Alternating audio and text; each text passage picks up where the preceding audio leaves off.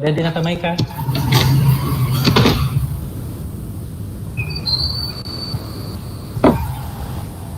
Ay, by the way, Sir RJ, naadete ano, Sir RJ ha?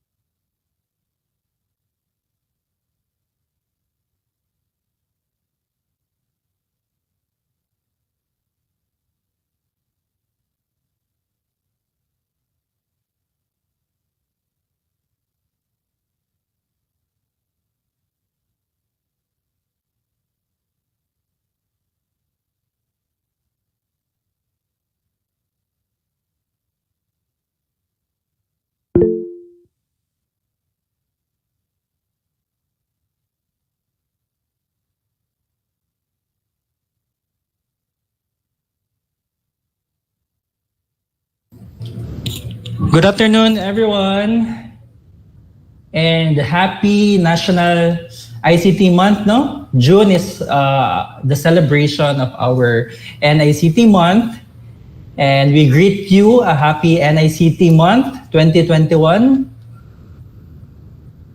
So, as part of the celebration of the National ICT Month, we here at the DICT Visayas Cluster 2, we are offering the Startup Thursdays annual webinar series.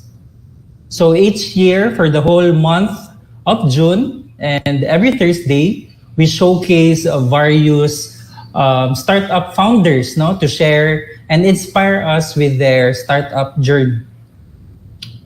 So this is already our second year of our Startup Thursdays. And we are happy and we are proud that we have another set of speakers, very wonderful speakers invited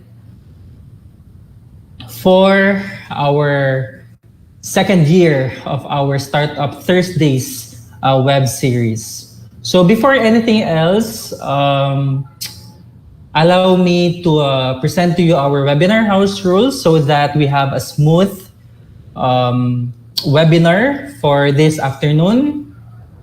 So please drop your questions at the live chat panel. They may be picked and be answered during the live discussion or the Q&A. So at the end of our speakers' talk, there will be a Q&A, and so we will be gathering your questions. And so you may, if you have questions or you have clarifications or you want to ask pieces of advice from our speaker, you can always go ahead and type in your question in our chat panel or in our comment section. We will be collecting the questions and throw to our speaker those questions that we'll be choosing. And another reminder, to ensure participation, a code of the day or COTD will be flashed anytime during the webinar. So the COTD must be entered in the evaluation form to be able to submit it. So the code of the day will be flashed at any given point of time. Like It could be in the beginning or in the middle, during the talk, during the question and answer, it will be flashed. And so you have to input such code of the day in our evaluation form. All right, you cannot submit the evaluation form if there is no code of the day. So please make sure that you will really participate and you will really join our session. All right. The link to the evaluation form will be given at the end of the webinar. So if you don't have any evaluation form that is answered, there will also be no digital certificate. All right. So we will provide the link to the evaluation form after our webinar, and you have to answer within 30 minutes. All right. So once again, part of the evaluation form is a field where you have to send the or you have to input the COTD or the code of the day. So to ensure your participation and for us to know that you really are watching entirely our webinar, you must of course be able to key in our code of the day. So digital certificates will be given within 1 week. It might take only a few days since we don't have backlogs today, no? So we are much free today compared to our previous webinars where we were really bombarded. But we will try our best, no, to give to you your digital certificates within 1 week. And let's cross our fingers that it will be available just a few days after this webinar. Now, please do not forget to enjoy the webinar. Perhaps we have budding startups here who are joining. Perhaps we have teachers here who want to advocate for technopreneurship to their students, back to their classes. Then we will really be inspired by our speaker for this afternoon, especially if you belong to the countryside right now, you belong to the provinces or to the far-flung areas, then you will benefit from this webinar this afternoon. How is it, or how's life in establishing a startup in the countryside in our provinces? No? So that will be our goal for this afternoon. Please don't forget to like our Facebook page, no? We already have participants tuning in to our Facebook Live. So please do like, no? And of course, if you have if you want to follow up your digital certificates, it would be a lot better if you like and follow our Facebook page because you will be updated, no? Or you can message us there. So you can just type in DICT FOOVC2. So for the information of everyone, the host of this webinar is DICT Visayas Cluster 2, which involves both Region 7 and Region 8. No? So I am from Region 7. I am based here in Cebu City, while I also have my partner, Michael and Miss Claire, who are both in Tacloban City, helping me right now. But nevertheless, to provide you some demographics of who have registered to our webinar for this afternoon. So most of you are actually students, no? Basin mga students ni Sir RJ, our speaker for this afternoon. Most of you are students, followed by teachers. And then we also have online freelancers who are also part of our registrants.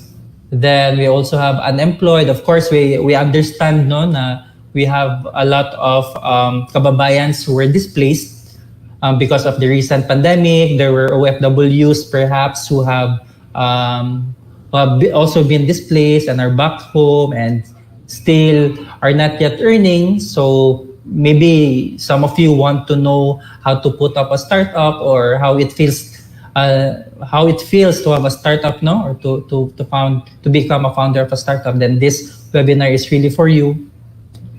All right, so ratio of male to female. So most of our participants this afternoon are actually male, so dominated by male with almost 60%. And of course, our female following with 40%. No? Bakit kaya? Why is it mga lalaki ngayon? Because in the past, in our webinars in the past, usually it was really females who were dominating our webinars. But this time, it's the males. No? Bakit kaya? Now for the age, most of our registrants are those coming from the 29-year-old bracket, 29 to 35-year-old bracket. No, while our youngest registrant, our youngest participant for today is 19 years young, while our eldest participant today is 65 years old. So it's okay, no? Age is just a number. It doesn't matter if how old or young you are, no? If you want to venture into startup, age is just a number, and startups no age, no? So you are very much welcome here. Then our participants in terms of location, the Luzon, Visayas, and Mindanao island groups are well represented. So we welcome our participants coming from the 3 major island groups. So our mode of communication for this afternoon is Taglish na lang, no? Tagalog and English, so that we can understand that we have participants coming from Luzon, no? Who do not know Bisaya. So for the benefit of the general population, our language for today is Taglish. All right. So to begin with, here is a message coming from our OIC of the Office of the Regional Director, Mr. Frederick D.C. Amore. So let us all hear the message of our director.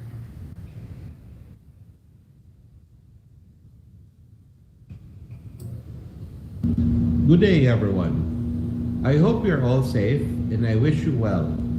As we face this global pandemic that has affected our normal lives, we are now in the new normal.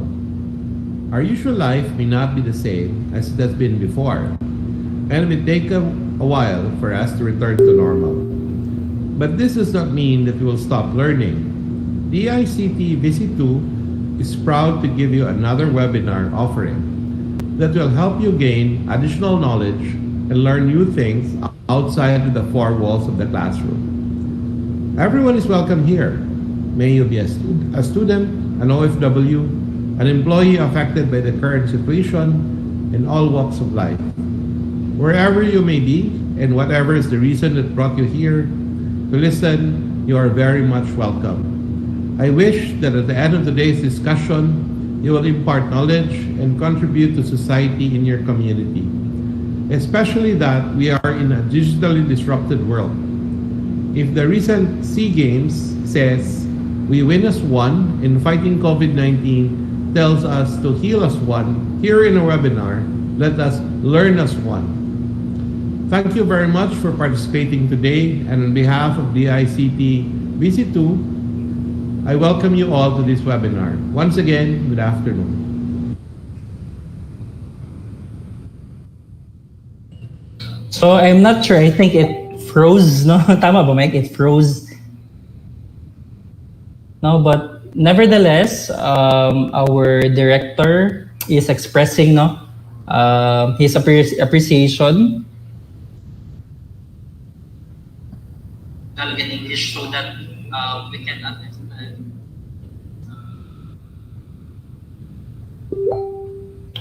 All right, just checking our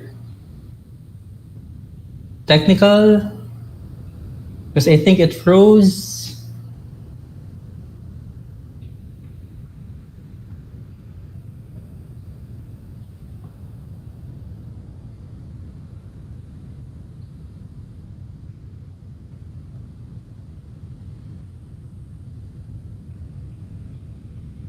Sige, I will hold on for a second. I will try to represent again. Kasi I think it froze. So hold on a second, our dear participants.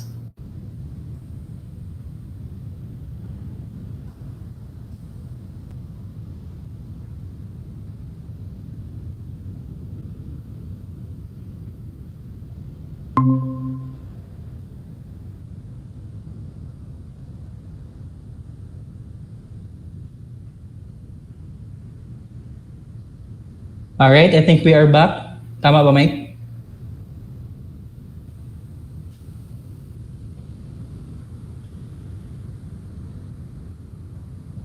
All right, sige.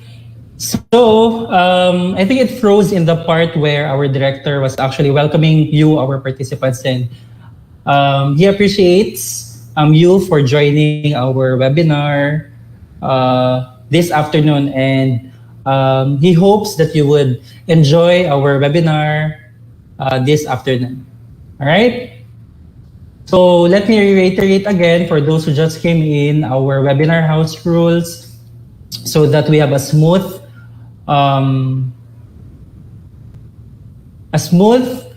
flow of our webinar for this afternoon. All right, so if you have questions, if you want some clarifications coming from our speaker, you can always drop your questions at the live chat panel or in the comment section if you are on YouTube, because your questions may be picked and be answered during the live discussion or Q&A. All right? Now, to ensure participation, a code of the day or a COTD will be flashed anytime during the webinar. So the COTD must be entered in the evaluation form to be able to submit it. So we actually already have some questions here in our YouTube, no? Someone is asking if how many times daw ipapalabas ang COTD. So to answer that, it will only be flashed once. Right? Only once lang po siya ipapakita, and so that is the time that you have to capture it, or you have to take note of our COTD, because we go to the next line. The link to the evaluation form will be given at the end of the webinar. So if there is no evaluation form that you have submitted, then that also means that you will not be able to receive your digital certificate. And so there is also a field there in our evaluation form wherein you have to input the COTD, all right, the code of the day. So once again, if you are not paying attention to our webinar, then chances are you won't be able to submit our evaluation form because there is no COTD, no? So I hope you will really take part in our webinar this afternoon. So digital certificates will be given within 1 week after this webinar. All right. So Mike, I think, are we already okay with our stream? Because I think it is still frozen, or okay na ba? Maybe it's just on my device. No?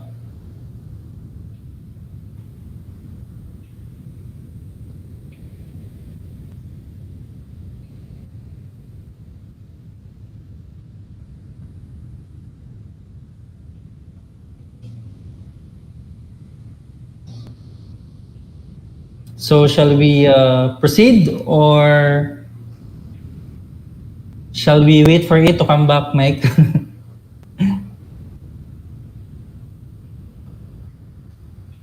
Proceed lang, alright, sige.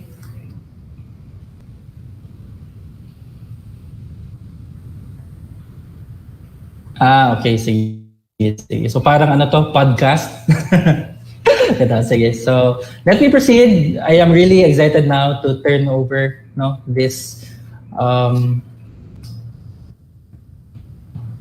the floor to our speaker. So just to give you a brief background about the speaker, he is the co-founder, CEO, and tech developer of www.getaprofessor.com, a social media website and a progressive web app, no? So he started Get a Professor in 2016. Kasabayan ng DICT pala to.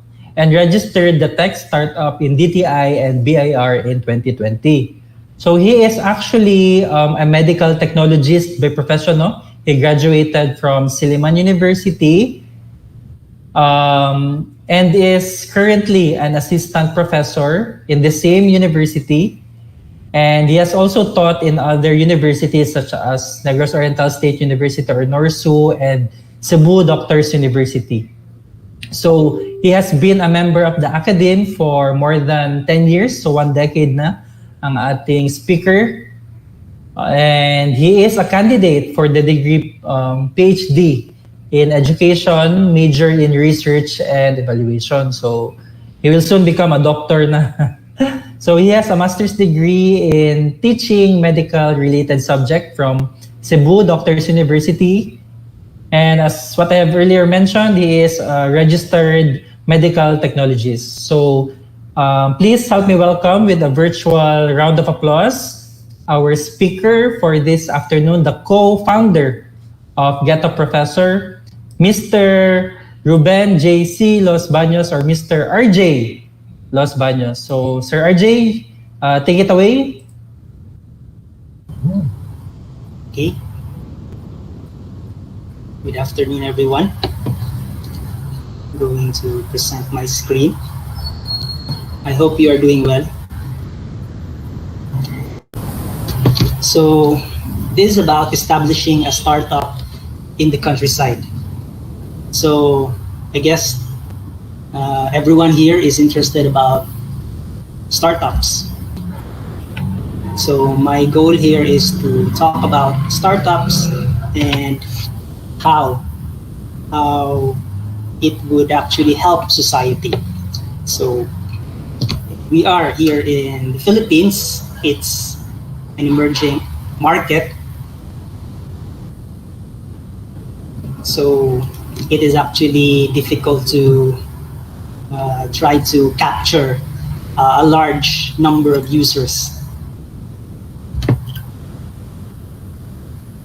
So it is going to be difficult for those who are trying to go into this field, establishing a startup, especially a tech startup. It would be difficult. So, but again, we are here. I am here to share to you my experiences, and even the startup that I have is also going to actually help you in establishing your business. So we are going to start with a small market. Here in the Philippines, it's not really a big market. So we have to be realistic about that we still have to start with a smaller market, and then eventually we try to capture a bigger market. And I am residing here in Negros Oriental. We would actually encounter a lot of people who are not yet into technology. So that is also a problem that you may encounter. So, and of course, this is also very important. You will have to use your own money. So it's important that you really have to think about this a lot. You will be risking your own money. So I already risked a lot. I'm not, by the way, rich.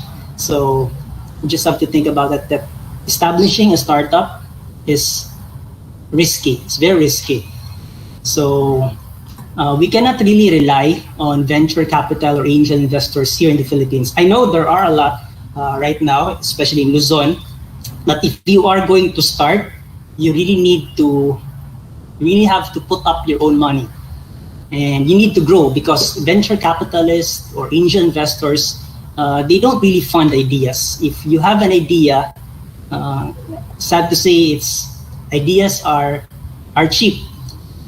Cheap meaning, basically they're worthless, because no one would buy an idea. If you talk about acquisitions, say when Facebook acquired Instagram was already operational. It was very productive company. It was a valuable company. So it's not about the idea. You could have a lot of ideas. You could have 10 very good ideas, but if you don't know how to execute that idea, know how to build that idea into a product and market that to people, then that would really be a big problem. But of course, you need to start with the idea first and innovation. So we don't have it here in the Philippines, but we can try to have our own Silicon Valley. But some people will say you can't really try to compete with Silicon Valley. What you want is that if you have a very good startup, maybe we can eventually go to Silicon Valley or establish a bigger market in the US. So that's the reality in the countryside. So this is also very important. We need to stop chasing the money. If you are going to create a startup business or a tech startup and you're just thinking about the money, I would tell you that there are other ways to earn money. This is like, if building a startup is like joining the Olympics without practicing, without even practicing once. That's how it is in building a startup. It's like you are someone who went directly to the Olympics to compete without practicing. It's like that because a tech startup is basically something new, a new product or a new service that you introduce into a market. So no one really knows if it would work or not. And that's something that you need to consider. So stop chasing money. We would like to chase value. Make sure that the startup that you have, that you are creating, would be valuable to people. So that is the main goal. If you provide value, then the money would come in later. So you have this cliche here wherein they say start a business wherein even if you are not paid, you are happy building the product and improving it. In my case, I was not paid, but if you know how to build a business, then not paid to, you would have less money involved. But I was happy building the product on your own. But nowadays, certain group of users, in this case, this was students and teachers or press. If you don't know, I was happy building because the product right now improving. Even if you have the internet, you can actually read and research. There's actually how to build a website. That experience, it's a different experience that you have when you build something and then it comes a web developer to a point wherein a lot of people are using your product. It could be a website. So if you say to me when I graduated in college, it could be our product is basically a website and an app. So 10 years ago, you have that feeling of when I was 20 years old. If you say to me to my feeling of 20-year-old self that you are going to see people using the product to solve their problems, some sense of accomplishment, even social media for people are not, I would actually getting money yet. I don't really know how the product like we have. I don't know. It's not yet earning a lot. Social media website. The goal right now is really to provide value to as many people. So it's a social media website. So that's something that you should, for anyone who would like to learn, think about. It's like stop. It's like chasing the money. Create an account, chase value, or provide, interact with people. So you can learn that value. So if now, if you are a builder, let's say you can create any product, you can create a website, or you can write.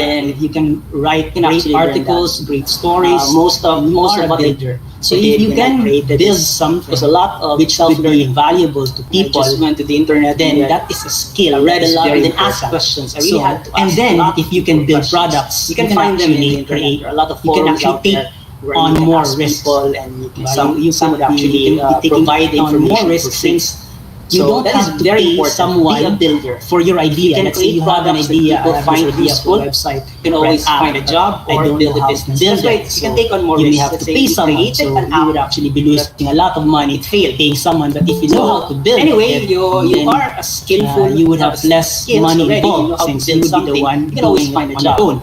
By the way, nowadays, jobs don't be building a business. It's actually much easier to be sad or depressed if you don't know how to build building a business. Some will say, be right now, you would be your own boss. You have the internet, you can actually read and you research.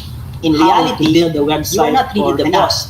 what happens if you have a tech startup is that you would have a lot of web developer bosses and you would have a lot of people that you would have to answer to. This would be your clients. You say to if me, you have when I your job right graduated now, in you college, would actually be answering to one person only, like your direct supervisor. 10 years ago, because But I if you graduated around build the when I was business, 20 years old, if you say then to me, you would have a lot of clients, 20-year-old you have to self, make that sure that these clients you are happy, going these to- customers are happy. I am So going it's to create actually much something more that is like difficult a social to build a media business for people, to maintain a I would business actually than to laugh. have a job. If you can Because find a job, I don't where really you know are how to happy build doing something that like job. that. I don't know how to build it a would be website, better. a social media But it would website. also be better Our if you product, have by a the way, job is a that you social like media or website, love, so we get to see discussing that a later on. business, and that's what So I am it's a doing. social I media have a job website which I like. for anyone who would like to learn. Been So it's like- teaching and doing it's like research. These Facebook. are actually the skills You can that I create have, an account which I love to do, teaching and doing interact with research. people. It's why I So you went can to a lot learn of universities. that. And So if you don't know how to build a website, being a app, professor, any product, so I like I a lot love of work. but I Then also wanted to build can actually something learn that. for Most of what I users, did when I students, created this was a lot of self-learning. So if you Just can went build to the products, internet and read. you can actually take more. I read a So lot and that's then something ask that you have questions. I really had be to a ask builder. a lot If of you are not a builder, questions. You can find them in the There- internet. There are a don't lot know of how forums to out create there something, wherein you can study, ask people. study, and do your some would research. actually provide information for free. Then establishing, So that is as I very stated important. a while To be ago, a builder. establishing If you a can create startup products is the that people hardest find form useful, of risk. you can always find a Stated job while- or build while a ago. business. So that's why you can It's take like on more joining risks. the Let's say you Olympics created without an app even practicing once. Diba? That's It's crazy. So, if you can, anyway, think about if you're a you logical are person, skillful, you have skills already, you are you know how logical to build person, something, why you can would always I find a create job. something wherein I would By the way, be talking losing about money jobs, and so building a it's business very is actually difficult. much I would be easier losing to sleep be in I would a be job. working very hard. than building a business. It's Some not would say logical, be your own boss. but it's You would be your own boss if you have Never your own logical. startup, Big tech apps startup. or these You are the websites, boss. apps that are In used by reality, millions of people. It was you are never not really logical the first, boss. like What happens Zuckerberg if you have a created tech startup Facebook, is but that there you was would have Friendster a was lot already there. of Mark Zuckerberg bosses. said, I won't You would have a create lot Facebook since of Friendster people was that already you would have to answer to. This would be your client. in existence back So if you then. have your job right now, So if you'd you have think to about actually logically, be answering why one would I person, create something that is already your there. direct supervisor? It's never logical. But If you create build a tech business, technology for then people, you it's would have a never lot of clients, and logical. then you have to make sure that these clients That's are why happy. the These people who customers are created happy. this. So this it's big actually much more companies, difficult to they build were a actually business, called to maintain a business, than to have a job. If you can find a job wherein you are happy Weird people, doing that job, would it would be better. This But crazy it would also be ideas, better and if you have a job that aside you like, from having these love, crazy ideas, they would plus you have a act or business. And that's what I am execute doing. I have a job crazy ideas, which That's I what like. Bill Gates did with Microsoft, Steve I'm Jobs, teaching and doing research. These are Apple, actually the skills that I have, some which I love to do, teaching and doing research. That's why I went to a lot of universities and being a professor. So I love the work, but I also wanted to build something for users like students or professors. So if you can build products, you can actually take more risks. So that's something that you have to know. Be a builder. If you are not a builder, don't know how to create something, study, do your research. Then establishing, as I've stated a while ago, establishing a startup is the hardest form of risk. And I've stated a while ago, it's like joining the Olympics without even practicing once. But that's crazy. If you think about, if you're a logical person, why would I create something wherein I would be losing money and it would be very difficult? I would be losing sleep. I would be working very hard. It's not logical, but it's never logical. Big apps or these websites or apps that are used by millions of people, it was never logical at first. Like Mark Zuckerberg created Facebook, but Friendster was already there. Mark Zuckerberg said, I won't create Facebook since Friendster was already in existence back then. So if you think about logically, why would I create something that is already there? But it's never logical. If you create a technology for people, it's never logical. And that's why the people who created this big companies, they were actually called weird. Weird people would make these crazy ideas, and then aside from having these crazy ideas, they would act or execute on those crazy ideas. And that's what Bill Gates did with Microsoft, Steve Jobs with Apple, Mark Zuckerberg with Facebook, Elon Musk, diba? Elon Musk with Who would ever thought that we would go to Mars? Diba? It's a crazy idea. So, as I've stated a while ago, there's nothing like seeing your product being used by thousands of people, if not millions of people, and using it to solve their problems. So, if you are a builder, build something that people want. So, as I stated a while ago, you should be a builder. Once you know how to build something, then we would give that or both offer that to people who would need that product. So I already stated this a while ago, ideas are cheap. If you have a very good idea but you don't know how to execute it, then it's worthless. It's basically worthless. So anyone could have an idea. Anyone could have, let's say, 10 very good ideas, but they don't know how to execute it. They don't know how to build it, so it's worthless. So make sure if you have an idea, you know how to build on that idea. Have a lot of good ideas, but you will never be able to build a business with only an idea. No one has acquired an idea. Let's say, again, I've stated this a while ago, Facebook did not acquire Instagram for their idea. Facebook acquired Instagram because they had a thriving business. So make sure that your idea can also be something that would work. So execution, especially the marketing part, this is what we are struggling with this right now. Marketing's very important. You could have a product which is not that good, but you have a very good marketing strategy. So it would be very successful. Compared to a product, you could have the best product possible, but you don't know how to market it. Say you have the best app or the best website, but no one knows about it. It's actually, the marketing part is the challenging part. So if you have a startup, make sure that you have a strategy for marketing. It is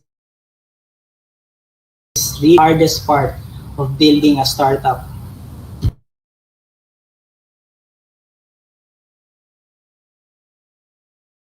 So make sure you know how to market your product. If you don't know how to market,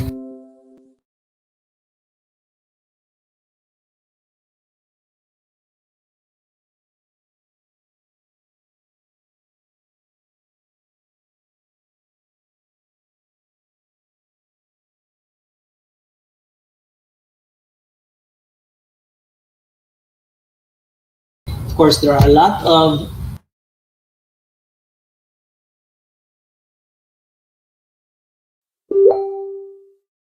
a startup founder is 45. That's the average age of a startup founder. So if you are not yet 45, that's based on the demographics a while ago. Most of you are younger than 45. So you can start on that idea, execute that idea, and if you fail, you can continue to fail, because the average founder, the average business, the average successful founder is around 45. Let's say, you may say about Mark Zuckerberg, Bill Gates, Steve Jobs starting their businesses in their 20s, early 20s. But that is not the norm. They're outliers, they're exceptions to the norm. If you take a look at the data, since I'm a researcher,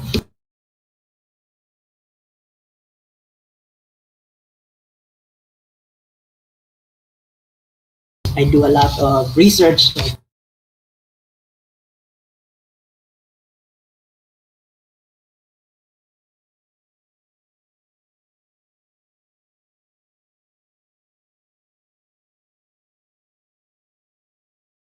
Take a lot. And by the way, this is not my first business. This is not the first business I started.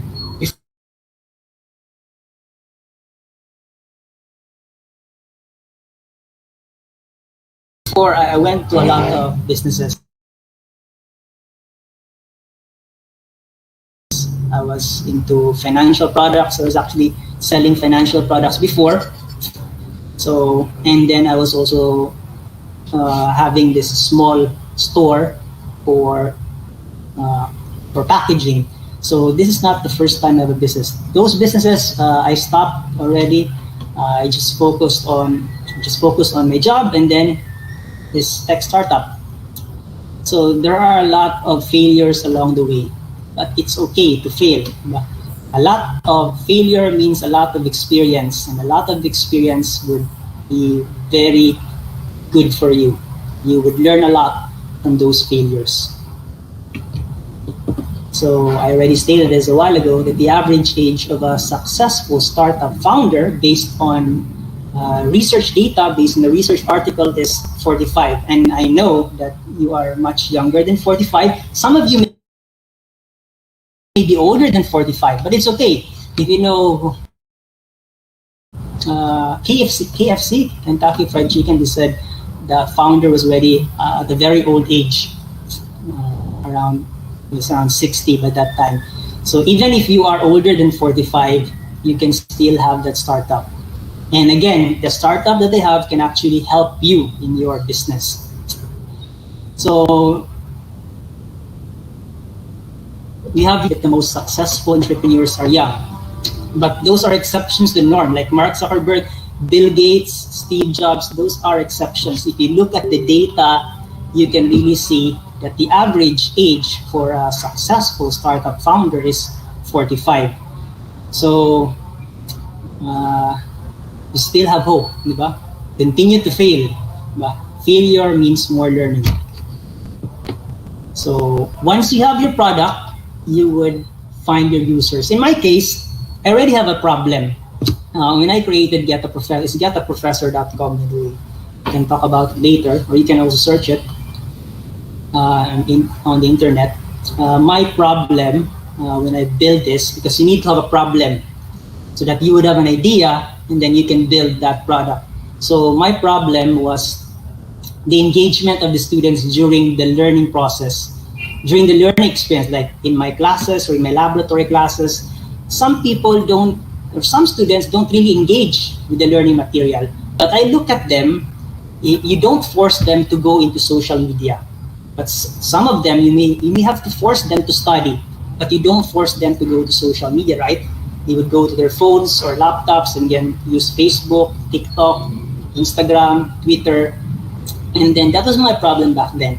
So that problem sparked that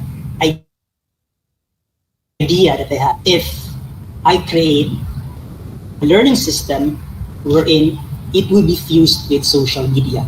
So if you take a look, if you go to getaprofessor.com, students can go there, not just students, mentors can go there and have that social media experience, adding friends, following people, just like what we do in Twitter. You have the trending feature.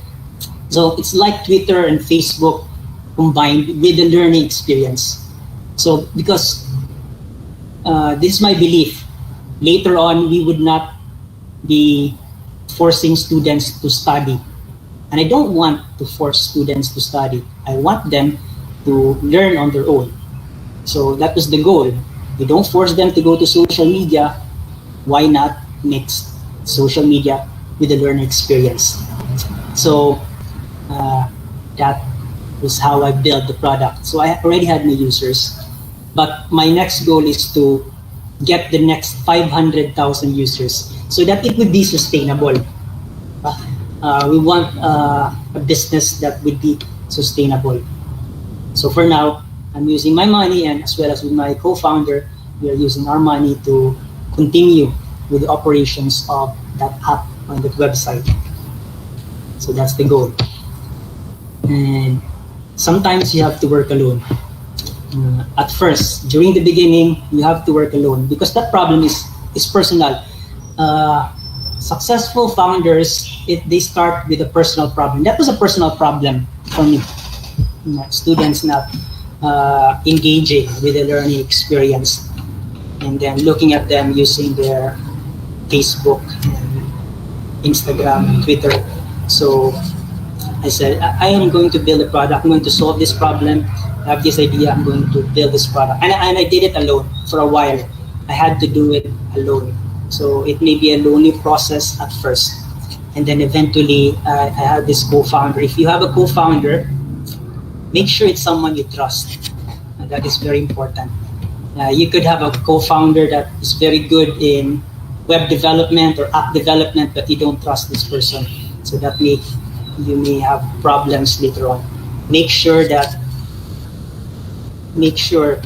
you trust your co-founder. It's basically like dating. finding a co-founder is like dating. You have to date for a while, talk to this person, have coffee. If your ideas, if your philosophies in life would jive, diba? Are you in the same web, so that you would be able to work harmoniously. So I am happy to say that my co-founder, my partner, my fiancée is my co-founder. She's also very good in building a business. She also has her own business. So that's she works on the content, and of course designing the logo. She really helped a lot. And then later on, I also found other co-founders. So at first, you may have to work alone and then look for your co-founder. It's like dating. Talk to that potential co-founder if your ideas or philosophies in life will jive. So that you won't have problems later on. And someone you can trust. You can trust with your own money, because this is really about money, right? Money is involved here. So you really need to trust your co-founder. You don't want your co-founder running away with your money and leaving with you with a bag with nothing on it. So make sure you have a co-founder. And not just any co-founder. I said someone you can trust and someone who is excited. But look for a co-founder who is excited with your idea enough to commit to it. But that's why I said they must be excited, because if they're not excited about your idea, then they may not be able to commit to it. So that is also something that you need to have. Find a co-founder that you trust, and find a co-founder who is also excited about your idea, because that excitement will tell you that they will be committed to this project. If they're not excited about it, later on they will just leave you. So it's much better to do it on your own. Right now with the internet, you can actually start your own company on your own by using services. You can just pay people and use some services. So it's very important to find your co-founder. We can talk about the different types of co-founders in the succeeding slides. So I've already stated this a while ago.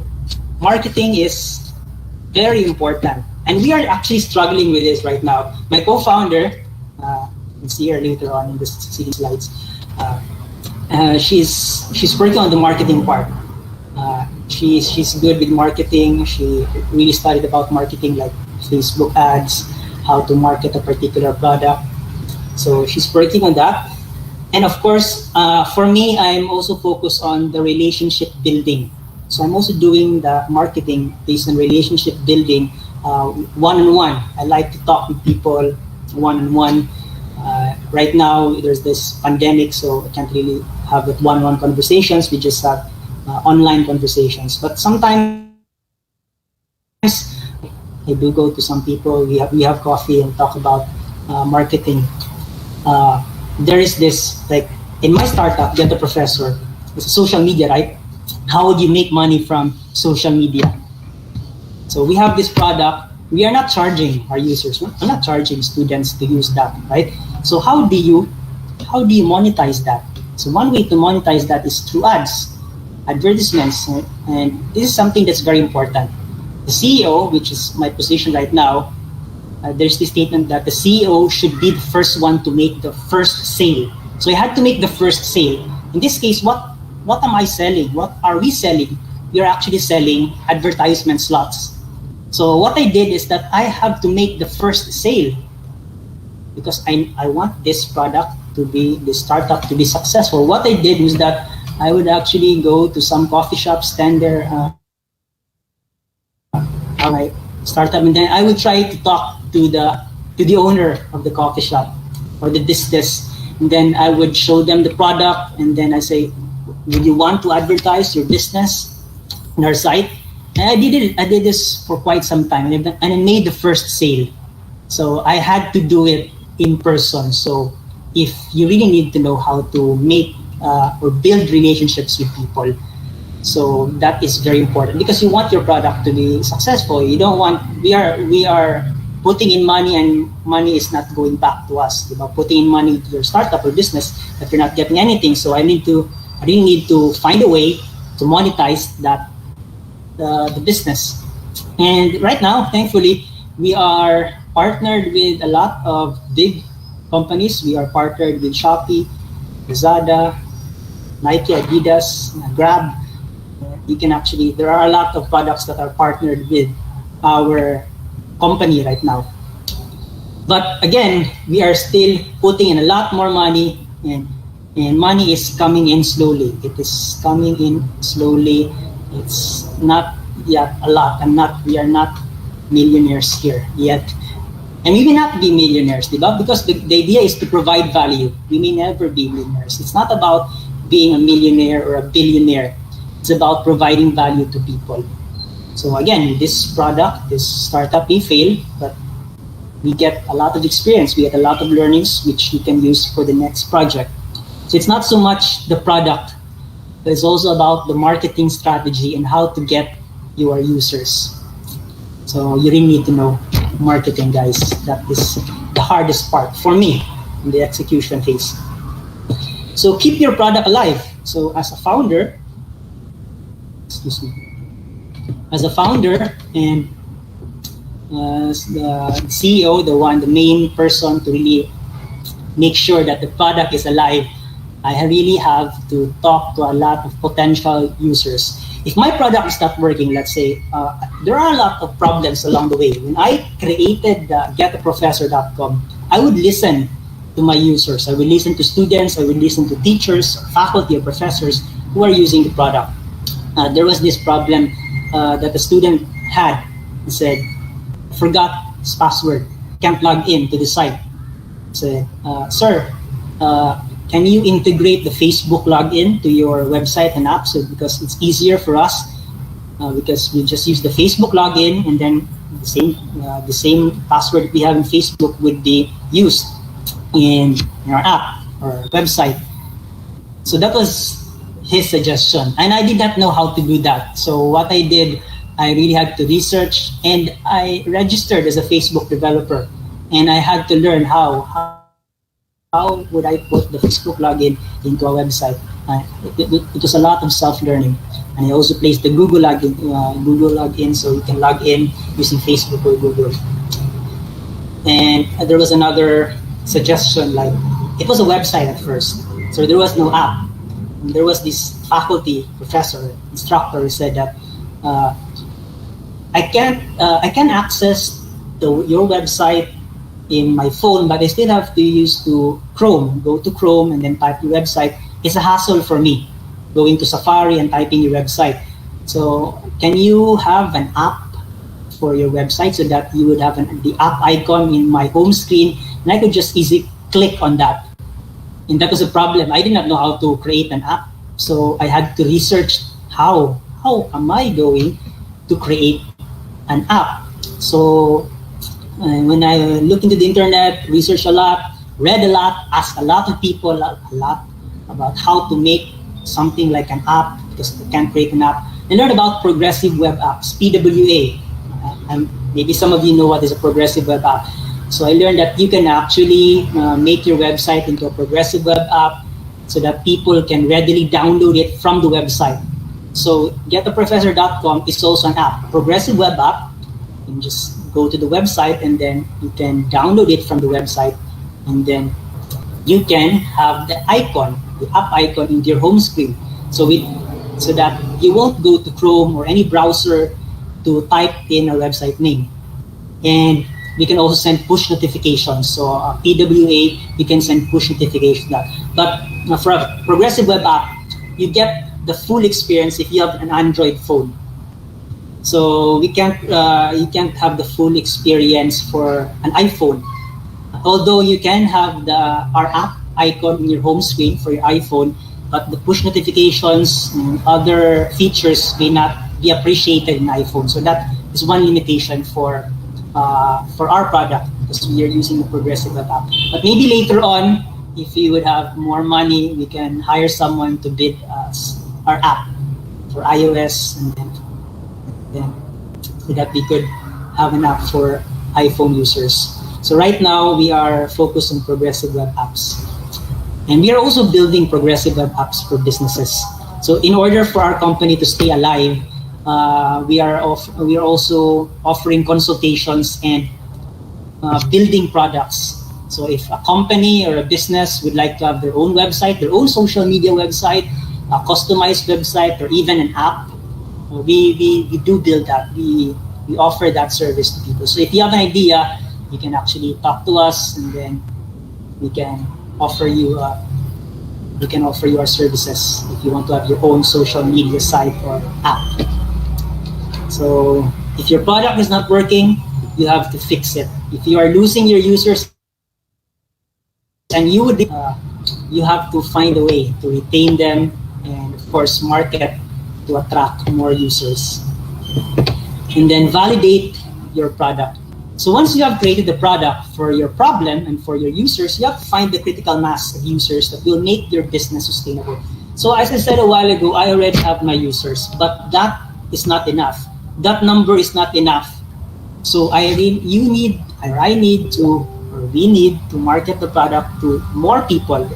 I said that the next goal is to reach the next 500,000 users.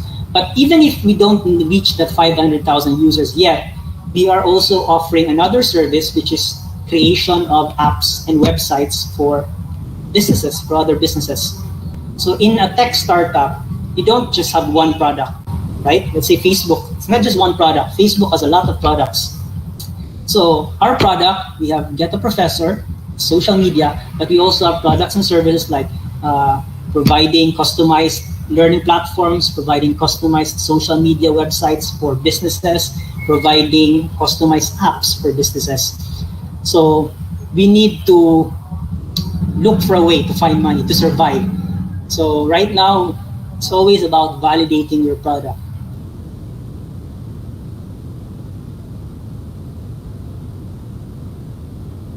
Finding the critical mass of users that will finances.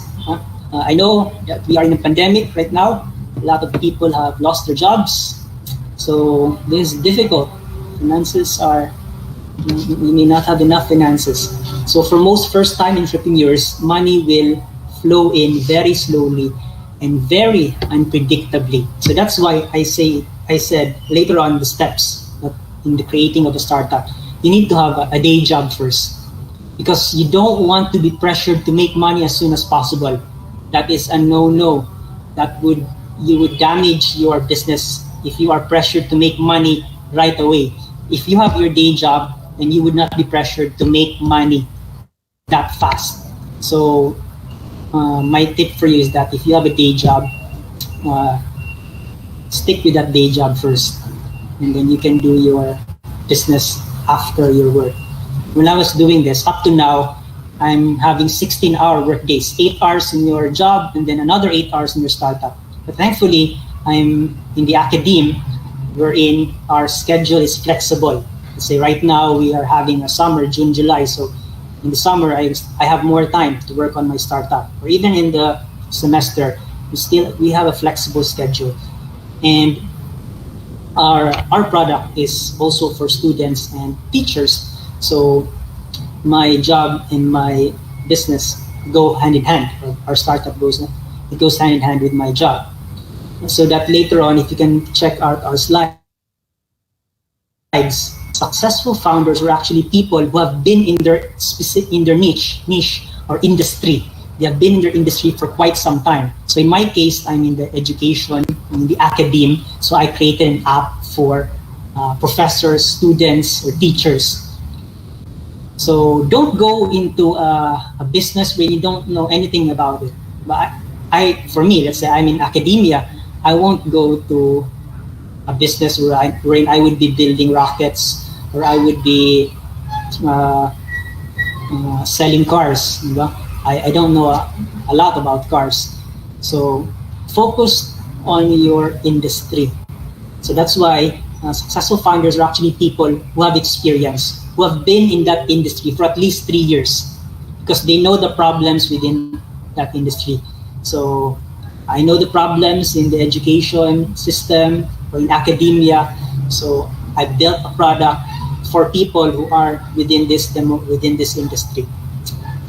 So It's about finances. These are the steps. How to establish, for those who want to take down notes, how to establish a startup in the countryside, or not even in the countryside, even if you're not in the countryside, these are the general steps. First is have the business idea. So you should start a business in an industry you already know very well, which I stated a while ago. In my case, I'm in academia. I built an app for academics and students. So have that business idea. And again, an idea is created because of a problem. Usually the best ideas was created or it was sparked because of a particular problem. So I had a particular problem, which I stated a while ago, engagement of students. So I built this site, this app, Get a Professor. And then step 2, which I stated a while ago, make sure you still have your day job. You don't want to be in a position wherein you are pressured to make money right away in order to pay your bills. We have bills to pay. So if you have your day job, you are not pressured to make money as soon as possible. So don't quit your day job yet. But you need to find some articles or YouTube videos out there. Quit your day job, be your own boss. It doesn't quite work like that. If you quit right away, then you may have minimal money you have that minimal reserve. So you have to find the quickest way to earn money. So that product or service you provide to people may not be the best product. So stick with your day job first. But in my case, I love being in academia. So it goes hand in hand with my startup. So don't quit your day job. And find a co-founder. I stated a while ago, finding a co-founder is like dating. Because this would actually be a long-term engagement with your co-founder. So if you don't like your co-founder, you don't like the face of your co-founder, you don't like his ideas, you don't like his personality, then you won't be working harmoniously. But don't find a co-founder who's always saying yes to everything. Find someone who can also challenge your ideas. That's also one characteristic of a good co-founder. So my co-founder always challenges my ideas. So that's how we develop the product. So find a co-founder you trust, find a co-founder that you can work with harmoniously, and find someone who would not say yes to everything that you say, but someone who would challenge your ideas so that you'll be building a better product. So it's important to find a co-founder because you cannot do this alone. Building the product, improving the product, marketing and selling, you can't do that every day. For me, I build it, I market it and sell it, but I can't do that forever. Later on, I had to find someone who would sell my product or sell our services.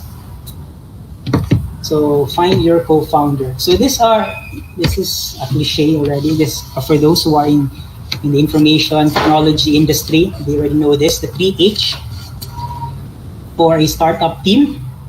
These are the ideal members of your startup.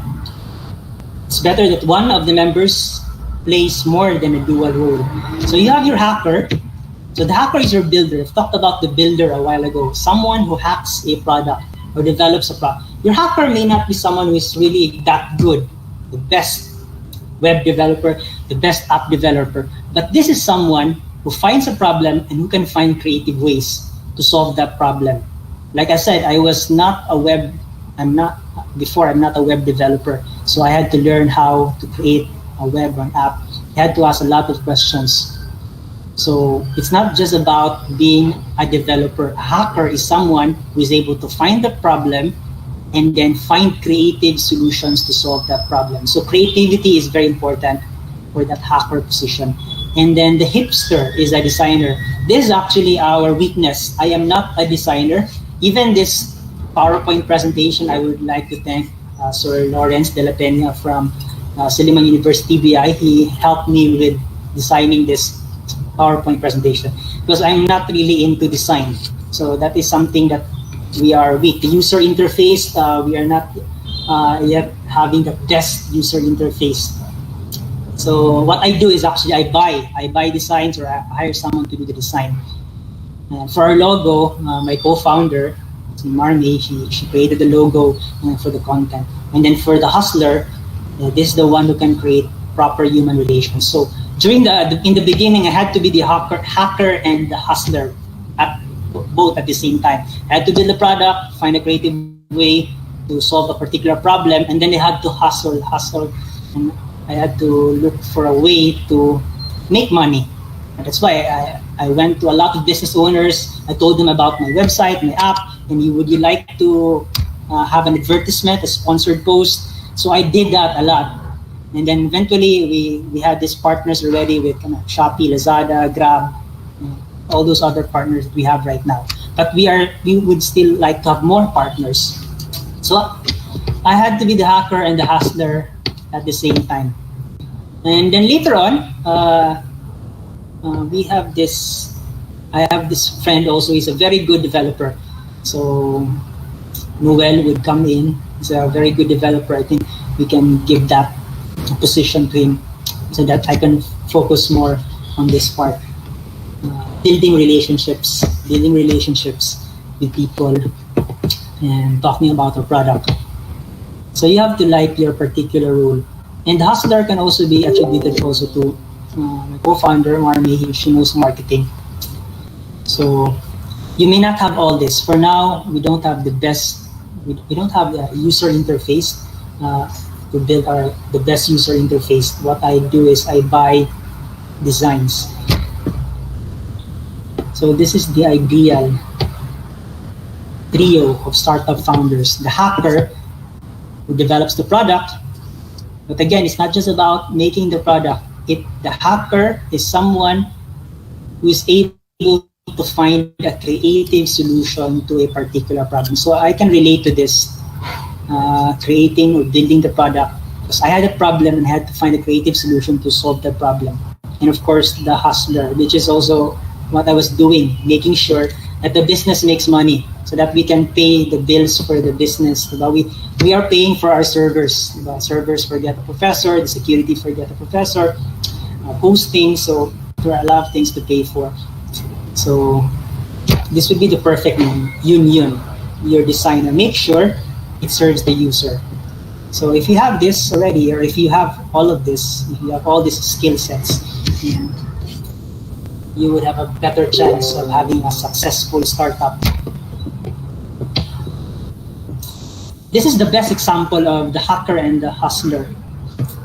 You know this guy, Steve Jobs. Steve Jobs is the hustler. He knows how to build relationships. He knows how to share his passion. So one description of a hustler is someone who can express his passion to people and make the other people feel how your product would solve their problems or problem.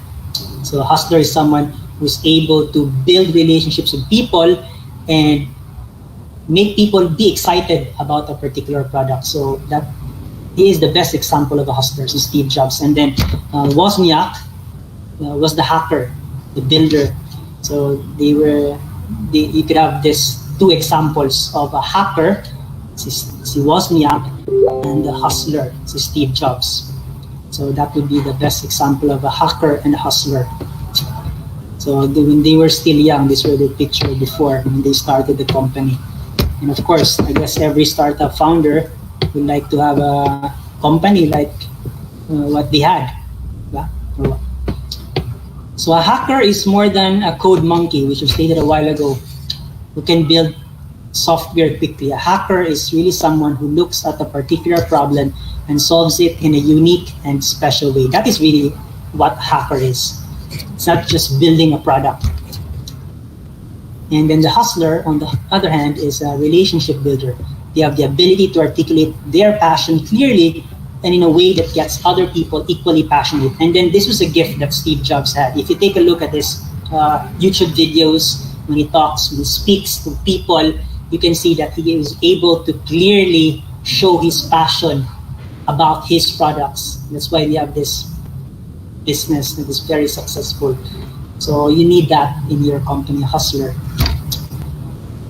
So step 4, develop an MVP. MVP, we have the basketball season right now, right?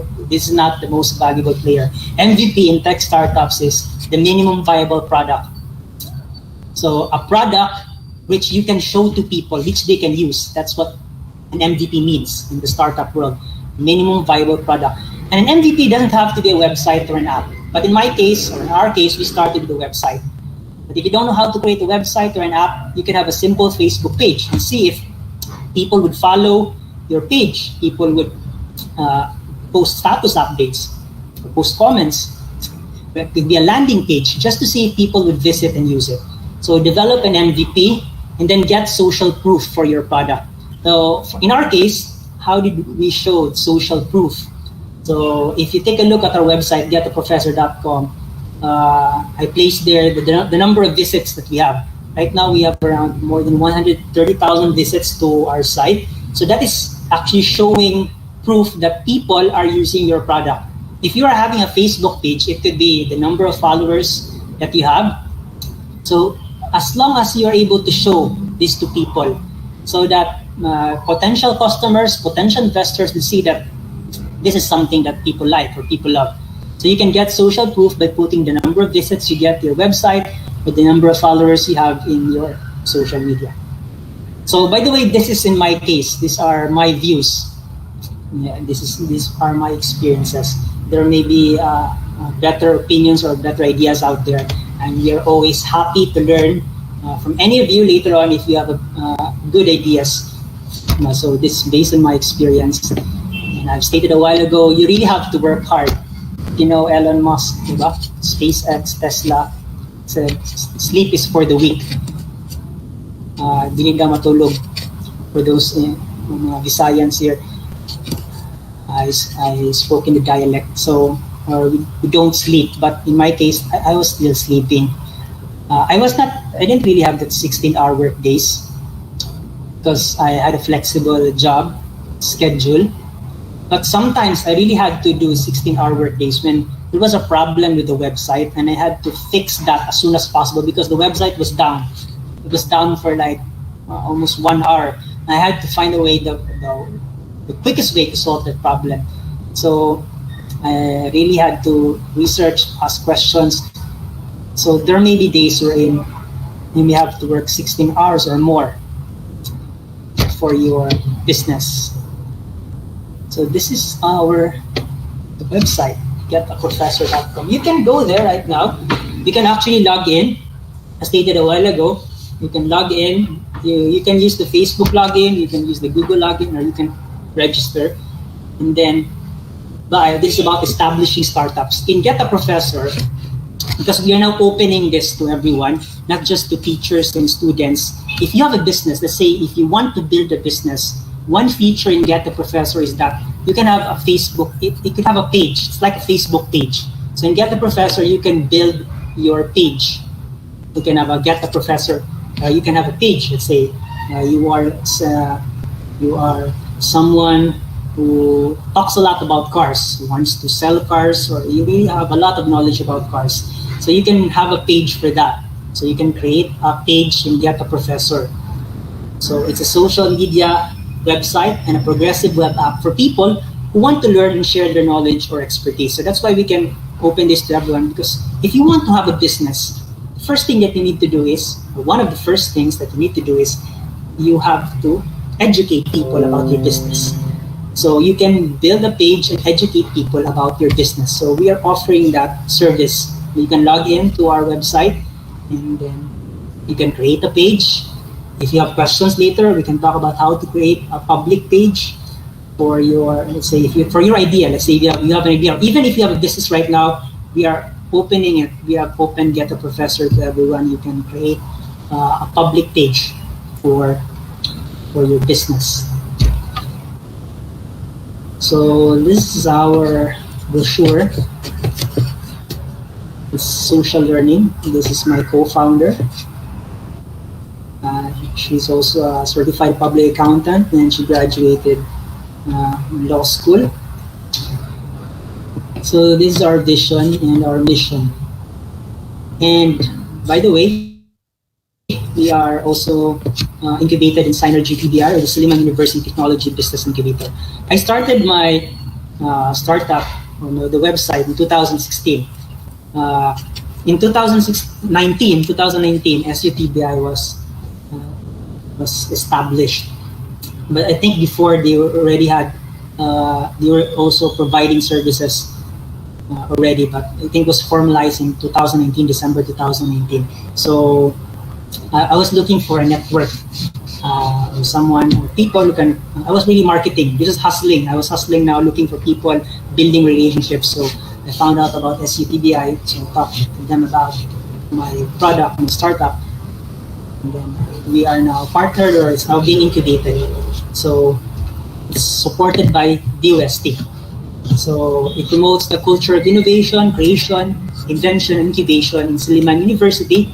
And this is not just for Silliman University faculty and students, it is open to the outside community. So if you have an idea, a business you would like help, you want help in building your product, marketing your product, so SUTBI can help you with that. So this is their vision, to help students and professionals translate their early stage technologies into market-ready products. So you have here the Power Up Synergy Incubation Program. So you have the Ideas Playground. So if you are still in the idea stage, we have these programs, and then signing of agreements. We actually signed a non-disclosure agreement with Silliman University Technology Business Incubator, and then coaching and mentoring, especially the marketing. They help us in the marketing part, and of course matching with potential investors. So these are their services, from idea to post incubation. So if you have an idea, if you have a business, SUTBI would gladly help you with that. So these are pictures from their office. They actually have a big building for incubation, but this was before the pandemic. So right now, incubation is fully online. Hopefully, once the pandemic is over, we can go back visit their office. They have a very good office there for startup founders. So these are the facilities. You have the staff office, the manager's office, and if you want to innovate, create something, you have this laboratory, co-working space. All of this is found in SUTBI. So you can contact them. You have their Facebook page, Instagram, and also have the website. And we have here the incubators. So we have got the professor here. These are the other incubators in Synergy TBI, Technology Business Incubator. And these are their partners and their activities. And there are a lot of accomplishments already with SU TBI. So we are thankful that we are partnered with them. So we are Negros Oriental, working hand in hand to have innovation in the countryside. So I think that's all. We have 34 slides, so that if you have questions, you can ask questions. Wow, thank you, Sir RJ. No, that's a bucket full of knowledge and experiences, no, that you have shared to us. So we actually have a couple of questions. And is it okay to throw now the questions, Sir RJ? Are you ready Yes. for the questions? So Yes, we have yes. received some questions from our YouTube channel. So I think these are mostly personal questions. So the first one is, how does it feel to have a partner in life, or a partner in love life, no, and a partner in startup? Do you set aside personal matters when doing business? Yes, we have to set aside personal matters. So if it's business, it's really about business. But for my partner, we are in the same wavelength. So when we talk, it's also we know that it's it's for the benefit of the business. So again, I stated out this a while ago. Finding a co-founder is like dating, diba? Don't look for a co-founder that you don't like. So I'm grateful that I have a very, very trustworthy, loving co-founder. But we also have other co-founders. I have other co-founders, but we're not yet able to present them. All right, I see. Okay. So another question for our viewers. No, you can throw in your questions to our chat or comment section, no, so that we can accommodate your questions. So here's another question, Sir RJ. What could be the hardest part in putting up a startup in provinces or in far-flung areas as compared to those in major hubs like here in Cebu, in Manila? What could be the challenge, or what is the difference? It's really difficult here in the countryside. That's why if you have the opportunity, some startup founders would actually move to Manila or move to Cebu. Let's say I had this example of a startup founder from, let's say, Costa Rica.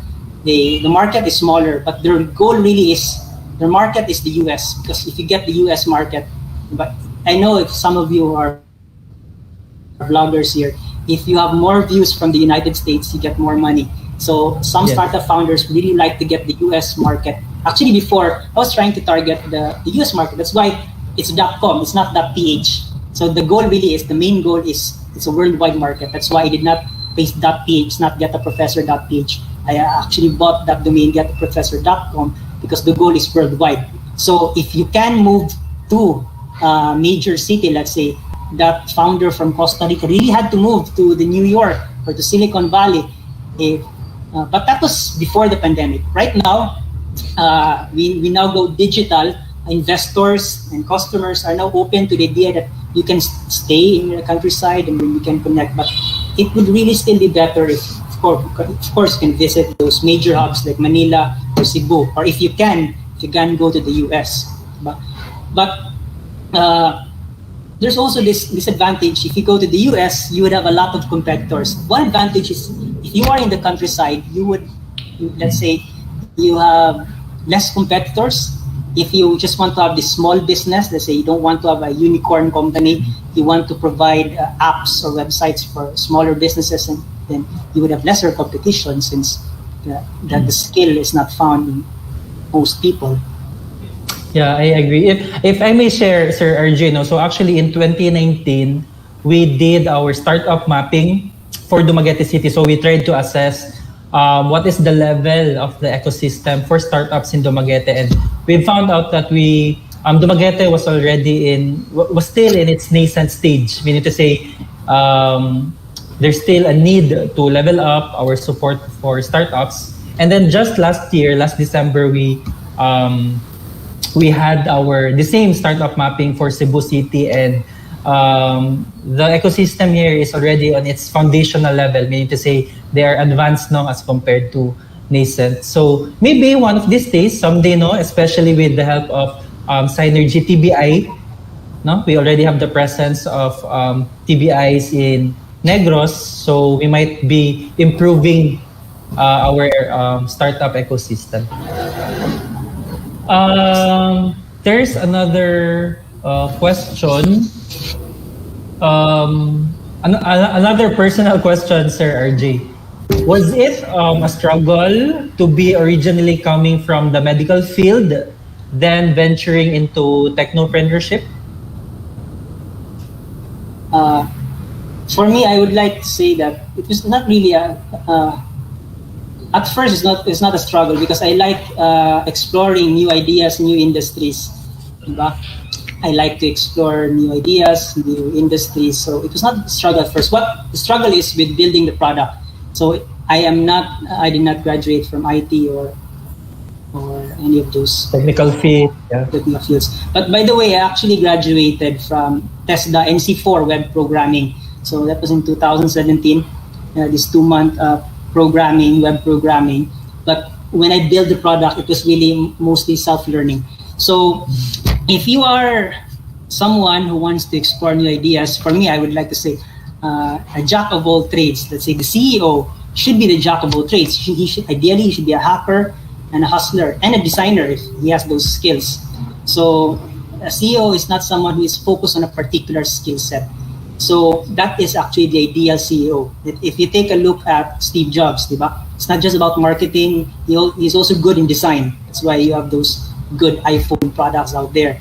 So if you want to be a startup founder, a CEO, you need to know a lot of industries, a little bit of this, a little bit of that. Because being a CEO is that you know a little bit about marketing, you know a little bit about development, you know a little bit about relationship building. It's a lot of skills. So being a CEO means someone who knows a little bit of everything. So it's actually good if you learn a lot from other industries. Yes, I agree. No, that you just do not only learn into one specific field. No, there are a lot of things that you can learn from other fields as well. All right. So I think there is another question, Sir RJ, but I think you have already opened this up. But the one who asked might want you to expound on this matter. So the question is, do startups have to be a team? Stated a while ago, you could have a solo founder. Right now, because of the internet, you can actually create a product on your own and then use services. There are a lot of websites or apps out there that would help you in building your product for design, and for web development, for marketing. So actually, there are a lot of solo startup founders. So if you're a loner, diba? I can actually relate to that because I'm also a loner, somewhat a loner. I like to work alone. Most of the time building the product, I like to work alone. In coffee shops, even if I talk to the owner, I'm on my own. And then if I want to engage, that's when I talk to people. So being a solo founder, there's nothing wrong with that. You can be a solo founder or you could have more than one founder. So But you have mentioned or you have shared a while ago now that you started being solo first and then you have co-founders? yeah, teaming up with you after or? Yes. I had to build it on my own first because it's a personal problem. They said the best products were actually because of a personal problem. So that is a personal problem that I was trying to solve on my own. And then I said, maybe there's a business out of this, can monetize this. So that's how it started. Yeah, even the canvas model that we use in most startups really have problems, right, to solve. That's what differs from startups from others, diba? And our startup products must also be scalable, as what you have mentioned earlier, that you are targeting to reach the United States. And one thing about startups is that it has to be scalable, meaning to say not only in one location, diba? It could be scaled up to other areas or to other places, not only here in the country. All right, so here's another question. What can you advise startups who are on the verge of giving up? Have you experienced that, or was there a time in your life that you almost gave up and you were about to end, or somewhat, or something like that? So maybe you can share, or you can advise something to them to inspire them to continue. Yes, a lot. There are a lot of times that I would really like to give up. But I said it's hard, diba? It's hard marketing. It's hard talking to business owners and asking them if they would like to advertise their business in Get a Professor. It's hard. I sent a lot of emails, a lot of letters to businesses, and let's say in one day you send a lot of letters or email, you get only one response. That happens. That is happening. If you don't want to get rejections, then you may give up. But they say rejection is very important. You can't build a business without rejection. Just like in dating, you get a lot of rejections before you find the right one. And just like in business, you get a lot of rejections before you find that successful business.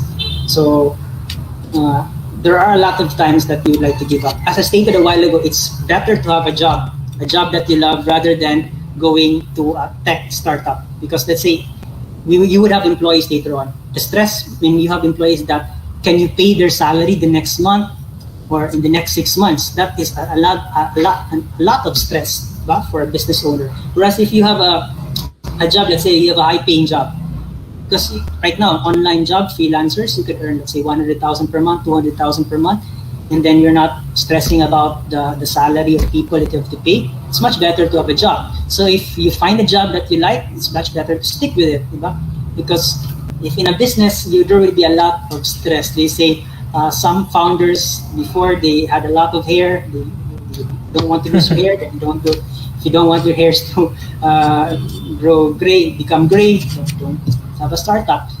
There's nothing wrong with being in a job or working in a job. If you love your job, let's say you love being a medical technologist, you love being a professor, you love being a medical doctor or a lawyer, there's nothing wrong with that. It depends on it takes a certain individual to go into the startup world, because it's like suffering, by the way. If you want to suffer a lot, go into tech startup. So good thing your hair didn't turn gray yet, Sir RJ. Yes, thankfully. So from gray hair, there is another question. No? What is your message to someone, an 18-year-old perhaps or younger, no, who has a good startup idea but does not know how to start from scratch? Perhaps he knows the nitty-gritty about startups, but he has that idea, very bright idea, but he or she doesn't know how to start in developing it. What message can you give him or her, Sir RJ? Ask questions, ask a lot of questions. I stated a while ago, you can actually contact SUTBI, Silliman University TBI. They have a Facebook page, and also get a professor. You can send me a message and get a professor. My name is Get a Professor there, and we also have an email, so we can talk, and you can ask me questions, or if you join SUTBI, you can ask the people there in SUTBI. Ask a lot of questions. Like what I did, I really had to ask a lot of questions until the person that you're asking gives up. And then if he gives up, ask another person, or you go into the internet, research on your own. So that's what I did. I researched on my own and I asked a lot of people. And that someone may not know. A lot of people may not know the answer. No one would know the answer. So you may have to create your own answer, which is what I did. I created my own answer, the personal problem that I had. So if that person who has that idea, feel free to contact me or contact SUTBI. And we would love to chat with you, talk to you about your idea. So is Silliman TBI exclusive for Sillimanians alone, or is it open to the public? It is open to the public. It is open. We are actually marketing SUTBI as an organization that is open to the public. If you have an idea, you're a startup founder, or you already have an established business, if you want to help if you want SUTBI's help, it is open, not just for Sillimanians. Even if you are not a graduate of Silliman, they are open. We are, by the UST, would like to try, but we would like an economy, a better economy. Well, that's the goal of DOST and DICT, right? So TBI network is hand in hand with that, helping grow the economy para sa bayan, as some would say.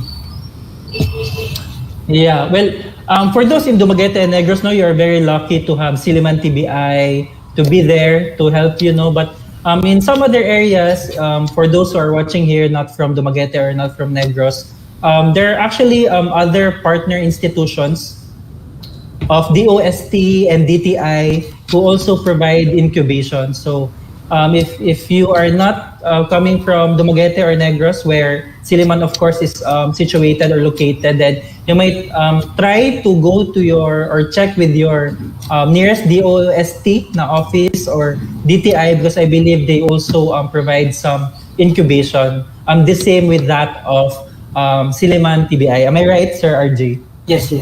We have the DOST support, and of course the ICT and DTI. Yeah. For DICT, we provide more support in terms of the learning part or the ideation part. No, but in terms of incubation, it's more on DOST because they have so much budget compared to our agency. But nevertheless, we really support the three of us, DTI, DOST, and DICT.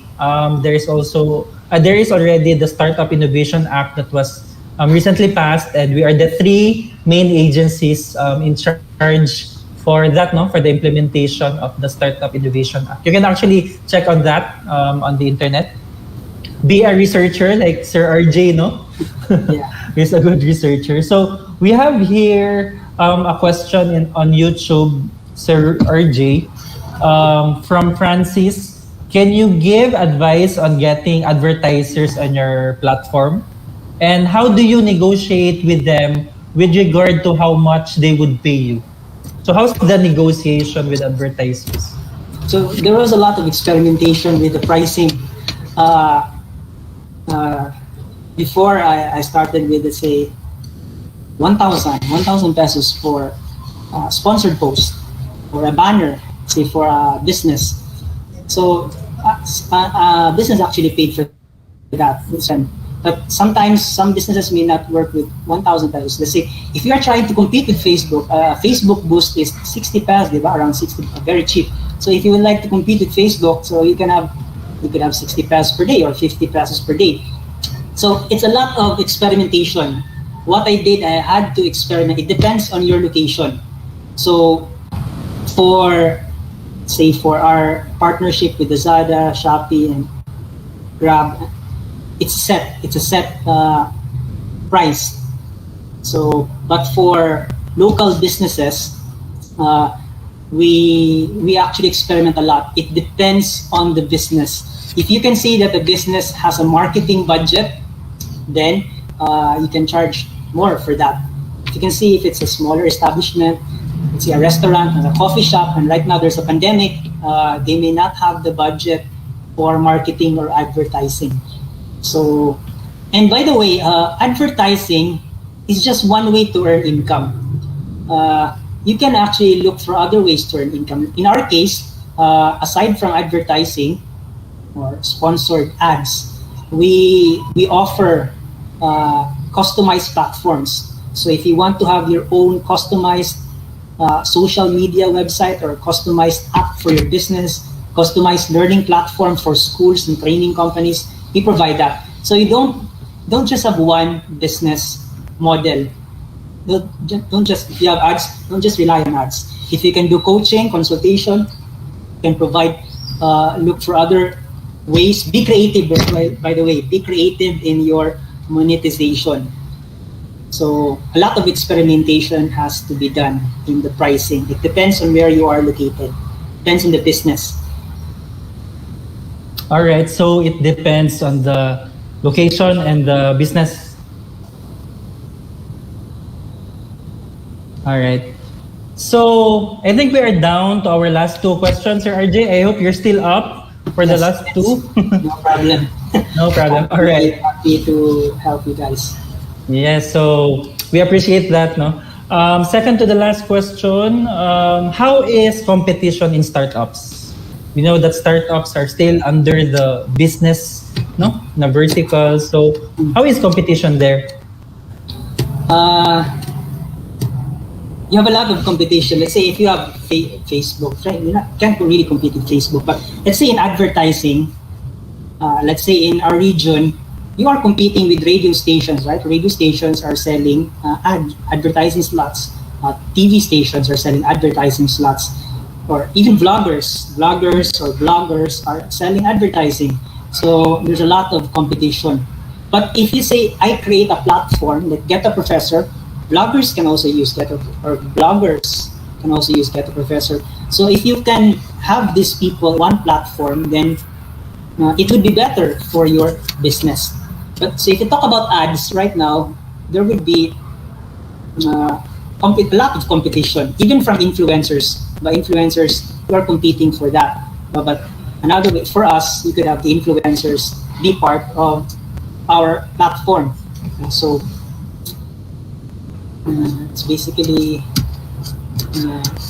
my answer to the question. All right, yeah, that's acceptable. No. So down to the last question, Sir RJ, before we do our final rituals. So, when can we say that a startup has already succeeded? When do we think can we say that a startup has already succeeded? They've already graduated from being a startup. One way could be, say, when someone acquires you, if that's your goal. Say, I guess Instagram was successful. They were acquired by Facebook, or WhatsApp. But WhatsApp was acquired $18 billion by Facebook. Instagram, around $1 billion. So that could be one metric of success. But as I stated before, it's not about the money, diba? Chase value. So for me, for us founders, it's providing value. So even if our startup would not reach million peso valuation, I would still consider it as a success as long as we are able to provide value to our users. So it depends on the individual, really. But some people, their idea of success is having a lot of cars, big houses. Some people have their idea of success is having a product or a service that serves a lot of people.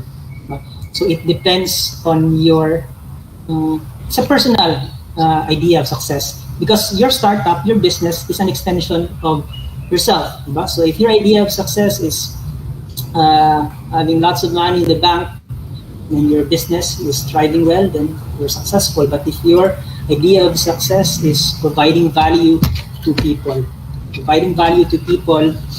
and then sharing what you know, then you are a success. Yes, I agree. No, I think being successful is subjective. No, to it depends. It depends on the startup, on what is its goal. No, if he has reached his goal already, then might as well he or she can say that they're already successful. But nevertheless, do you have ideas, Sir RG, if we already have a unicorn startup in the Philippines? Is Mint of Gcash already a unicorn? I think it was prefabricated. You heard about that? Prefabricated. They were having those houses. But I think there's controversy about that, or I'm not sure. Yes, they have really reached 1 billion. Yeah, I've heard of that, but I think I am in no position to share that here. Yes, I've heard of that. I'm not really sure if it's 1 billion or not. But who knows? No, who knows? Who knows, Sir RJ? It will be Get a Professor, diba? Who will become the first unicorn of the Philippines. Who knows? I'm not really going for unicorn. What for me right now, for us right now, is providing people value to people, and providing jobs. Later on, we can provide jobs to people. Even if we don't reach unicorn status, as long as we are able to maintain the business, it is still in existence, then that would still be a success to me. Because as they say, more money, more problems, right? I don't want to have more problems. I already have. Yes, we cannot sleep well if we have more money. Yes. There's a certain amount. They say there's this research study where in the US, once you reach $75,000 per year or more than that, there's no difference in your happiness level. Someone who earns $500,000 compared to someone who has $75,000, there's a certain threshold. So it's not really about money. It's about the relationships that you have. I agree, sir. There's more than money, no? That is about.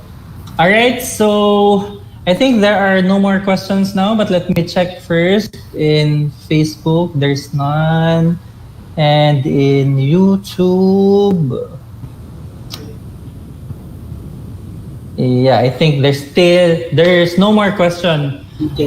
Sir RJ, no? So we appreciate you for being with us in our very first na Startup Thursday for 2021. No? This is actually our second year of conducting the Startup Thursdays every June, and you are the very first one, our pioneering Thank you for the opportunity.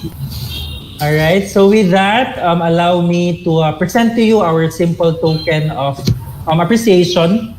So this certificate of appreciation is given to Ruben J.C. Los Baños of Get a Professor for sharing his time, talent, and expertise as the resource speaker during the 2021 Startup Thursdays #1, establishing a startup in the countryside webinar conducted by DICT Visayas Cluster 2, given this 3rd day of June, to be digitally signed by our OIC Office of the Regional Director, Mr. Frederick D.C. Amores. So thank you very much, Sir RJ. Do you have some final words to our speakers or final advice to our potential startups?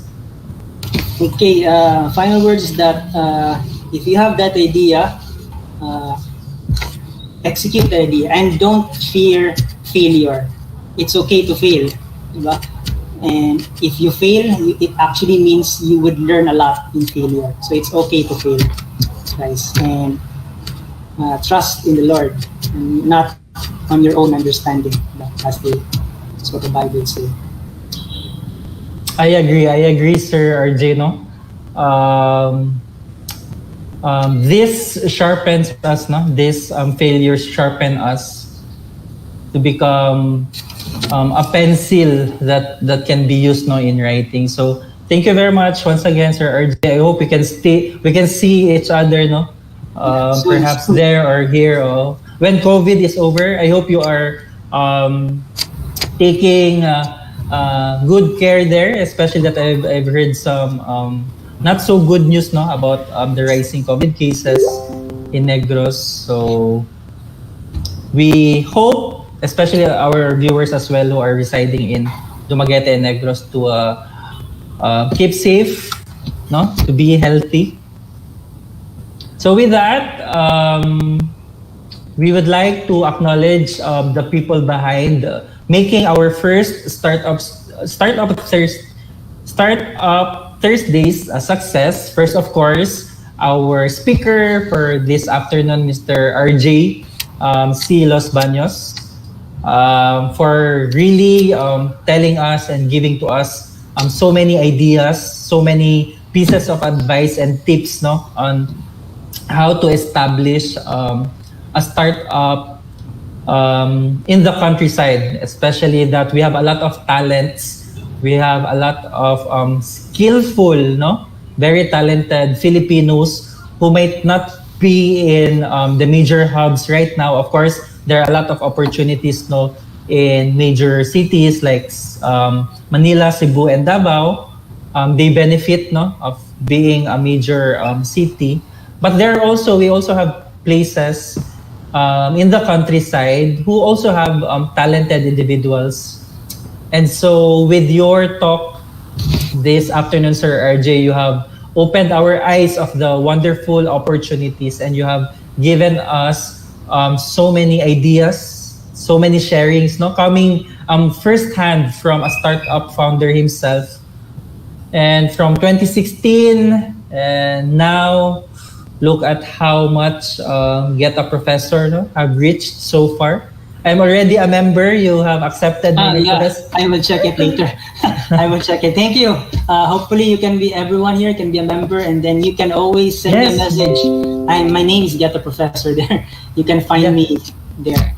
Okay, and we can talk. They just have to go to getaprofessor.com. Am I right? Yes, and then you can send me a message there, and then we can talk about your businesses. And they can log in or register using their Facebook or Google accounts. Yes. Correct. All right. Thank you once again, Sir RJ. So, other people that we thank, and we are grateful for making this Startup Thursdays a success. For aside from Sir RJ, we have our OIC Regional Director for Regions 7 and 8 of the ICT. We have Mr. Frederick Amores, our Manager of Synergy, Silliman University Technology Business Innovation, Mrs. Janice Antoinette Forster. We also have the staff, no, Mr. Lawrence de la Peña. And of course, the whole Synergy, Silliman University Technology Business Innovation Group, no, for providing also opportunities for incubatees to be incubated and to develop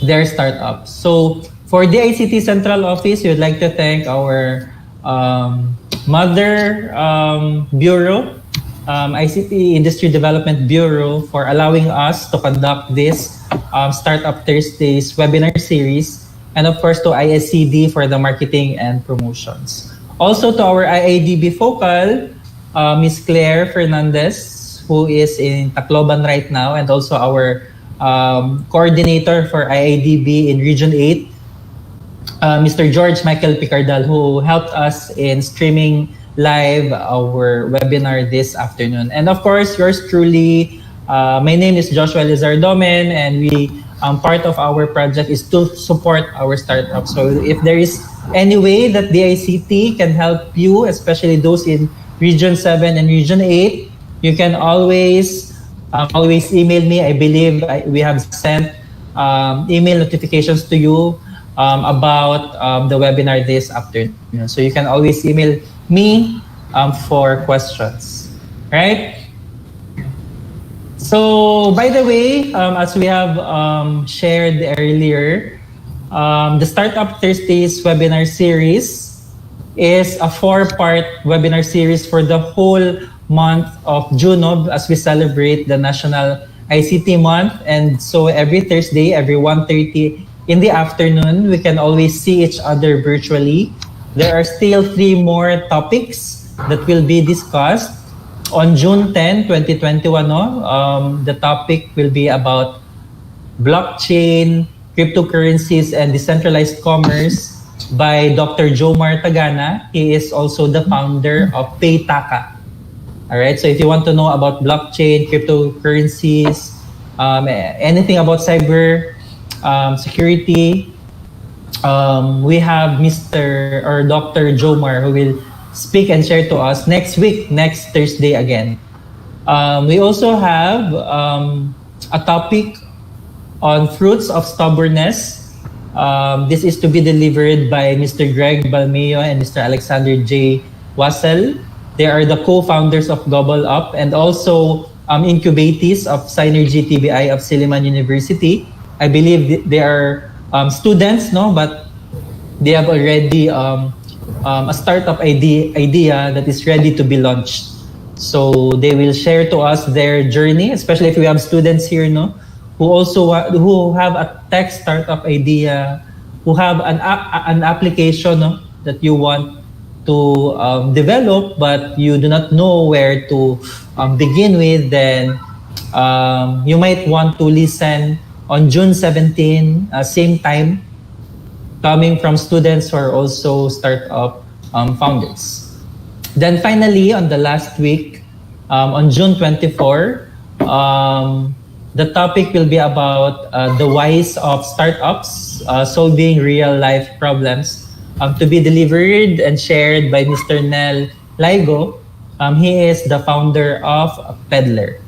All right, so we will see each other again in the next 3 Thursdays to come. So for those who have already registered, no, and you want to join the other webinar series, the 3 remaining, so there is no need for you to register anymore, no? We have already captured your details, and so it's okay for you not to register anymore. We will still be using the same link, no, both in Facebook and in YouTube. All right, for the next 3 upcoming Startup Thursdays webinar series. So we still have 3, and these topics are really exciting, especially if you're a startup or you want to put up a startup. You learn from the experts, just like what we did from Sir RJ this afternoon. All right, I know all of you are waiting for this, no? This is our code of the day. Our code of the day is case sensitive, meaning to say if there is uppercase, you should make use of the uppercase. If it is in lowercase, then you must follow. So as is siya, no? Our code of the day. So you can capture or you can write it down, type it, no? Include the hashtag, no? Or include the number symbol or pound symbol. That is our code of the day, which will be used, which you should input in our evaluation link. No, you cannot submit to our evaluation link or evaluation form if you will not be able to input this code of the day of ours. All right? I will count up to from 5 to 1 for you to capture this. So 5, 4, 3, 2, and 1. That is our code of the day. And finally, here is our evaluation form or link. If you have your mobile phones with you, you can scan our QR code to go directly to the form for you to answer your evaluation form. Once again, no eval form means no certificate. So make sure to answer immediately because the link will close in 30 minutes. So at 4 o'clock, at 4 p.m., we will close or we will not receive your submission anymore. So go ahead and answer the evaluation form. So once again, this is Joshua and Michael is on the other side in Tacloban helping in streaming this. So we'll see you once again next week. Thank you very much. Thank you, Sir RJ. Until next time.